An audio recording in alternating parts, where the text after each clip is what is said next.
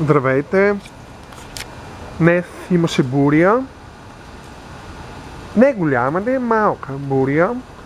И обикновено след буря небето е с такъв жълтеникаво-оранжев до почти кърваво-червен цвят.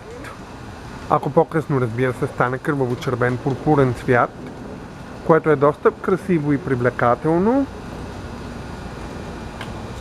Все едно огън гори. Доста е красиво.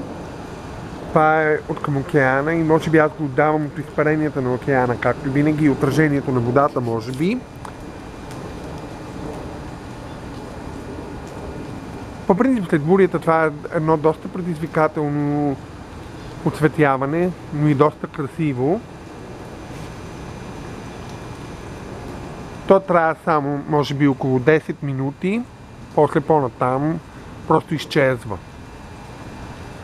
Направих и няколко снимки, така че...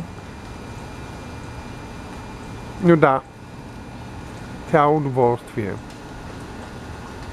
Чакай да мина от другата страна да видя. Топло е доста, почти влажно, което е нормално. То цвета реално погледнато вече изчезва. За сега това от мен. Лека нощ. Чао, чао.